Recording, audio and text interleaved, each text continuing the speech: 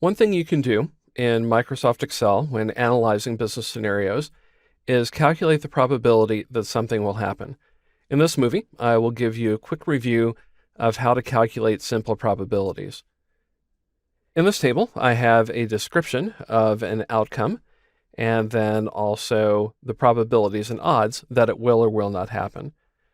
To start, if you want to know the probability of rolling a 3 on a 6-sided die, so in other words, you have one chance out of 6, then you would divide 1 by 6 to get 16.67% of success. You can also think of that outcome in terms of odds, where you have 5 ways not to roll a 3, one way to do it, so your odds are 5 to 1 against. In the alternative, let's say that you don't want to roll a 3 on a 6-sided die.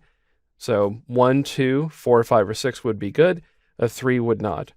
In that case, you have 5 out of 6 chances of succeeding, that is, not rolling a 3.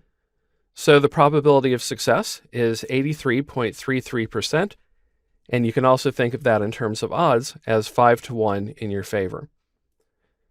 Calculating simple probabilities is fairly straightforward, and you can create simple Excel formulas in your worksheets to calculate those odds if need be.